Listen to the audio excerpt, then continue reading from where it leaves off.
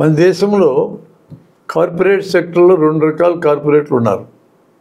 Soft corporates, ruthless corporates, hard corporates. ఒక 50 ఏళ్ళ క్రితం పెద్ద ధనవంతులైన తాతాలు బిర్లాలు చెప్పుకుంటూ ఉండేవారు. వీళ్ళందరికంటే పెద్ద షావుకారులు, ఈ కమ్యూనిస్టు లాంటి వాళ్ళు అయితే దోపిడీదారులు అని చెప్తుండేవారు. ఇప్పుడు హార్డ్ కార్పొరేట్స్ వచ్చినాక, రత్లెస్ కార్పొరేట్స్ వచ్చినాక తాతాలు బిర్లాలు చాలా మంచి వాళ్ళ కింద మారినారు. ఈ మధ్య రతన్ టాటా మరణిస్తే ఆ టాటా సంస్థలకు ఉన్నటువంటి ఆదాయం 65% చారిటీకి ఇస్తున్నారని బయటకు వచ్చింది. ఎంత గొప్పలని మనం మెచ్చుకుంటున్నాం కదా. మరి ఒకప్పుడు ఈ తాతాలను కదా దోపిడీదారులు తిట్టినారు 50 ఏళ్ళ క్రితం. అప్పుడు కూడా వాళ్ళు చారిటీకి ఇస్తుండే వాళ్ళే. కానీ పిల్లికి బిచ్చం పెట్టినటువంటి కార్పొరేట్లు వచ్చారు మనకి. అదానీలు, అంబానీలు, ఇలాంటి బ్యాచ్ ఉంది. వీళ్ళు సొంతంగా ఆస్తులు లక్షల కోట్లు పెంచుకోవడమే, ఎటువంటి కనికరమైన సమస్య లేదు. ఏం పని చేసినా లాభం కోసమే. వీళ్ళకి రాజకీయ ప్రతినిధులు కూడా ఉంటారు, వీళ్ళ యొక్క ప్రతినిధులు. ఇప్పుడు మన దేశంలోని ప్రధానమైన పార్టీల్లో టాటా బిర్లా లాంటి సాఫ్ట్ కార్పొరేట్స్ యొక్క ప్రతినిధులు లాంటి వారు రాహుల్ గాంధీ, గౌతమ్ అదానీ, అంబానీ లాంటి యొక్క హార్డ్ రత్లెస్ కార్పొరేట్లకు ప్రధాని ఇప్పుడు పరిపాలించేటోళ్ళు, వాళ్ళ ప్రతినిధి ఇప్పుడు పరిపాలించేటోళ్ళు. మనకు కనపడేది రాజకీయాల్లోనే. వీళ్ళు తొలిబొమ్మలాటలో బొమ్మలు లాంటి వాళ్ళు, వెనక ఆడించేటోళ్ళు వేరే ఉంటారు. ఈ ఆడించేటోళ్ళు తాతాలు బిర్లాలు, అదానీలు, అంబానీలు. వాళ్ళ ప్రయోజనాల కోసం వీళ్ళు రాజకీయం చేస్తూ ఉంటారు. రాజకీయం అనే ఒక పనిని వాళ్ళు అవుట్సోర్స్ చేసినారు వీళ్ళని చేయమని.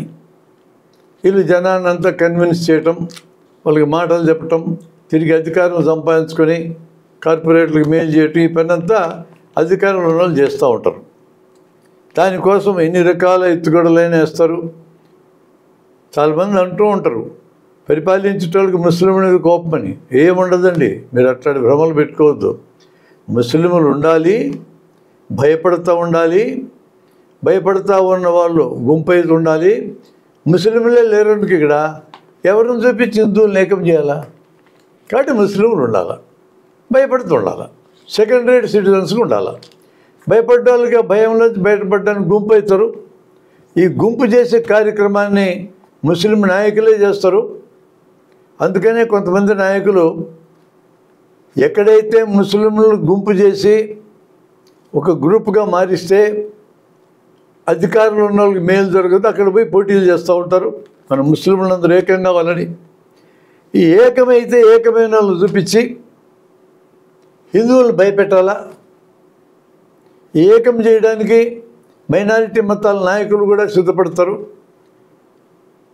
అందుకనే మెజారిటీ మతానికి సంబంధించిన వాళ్ళు హిందువులను ఏకం చేయటం మొదలుపెట్టినాక మైనారిటీ మతస్థులు మైనారిటీలను ఏకం చేసి వాళ్ళ యొక్క మత ఆలయాల్ని చురుగ్గా పనిచేసేటట్టు చేశారు.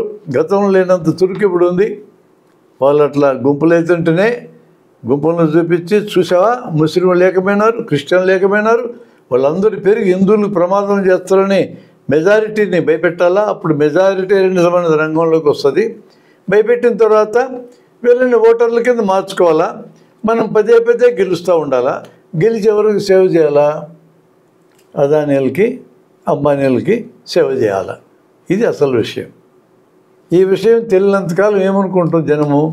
ఆ పార్టీ ఈ పార్టీ అనుకుంటాం, ఆ పార్టీ అంటే ఈ పార్టీ అంటే జాగ్రత్తం, చొక్కాలు దించుకుంటూ ఉంటాం, కేకలేస్తూ ఉంటాం, అరుస్తూ ఉంటాం. పార్టీ ఓడిపోతే అంతా మేలు జరగద్దు అనుకుంటాం. ఏమీ జరగదు. కార్పొరేట్లు ఉన్నంతకాలం కార్పొరేట్లు తమ లాభాల కోసం దేన్నైనా మ్యానిపులేట్ చేయగలిగే సామర్థ్యం వాళ్ళకు ఉన్నంతకాలం ఏమీ మార్పు రాదు. కాబట్టి అసలు ప్రాబ్లం కార్పొరేట్ల దగ్గర ఉందనేది మనం గుర్తించాలా. ప్రాబ్లం రాజకీయ నాయకుల దగ్గర కాదు.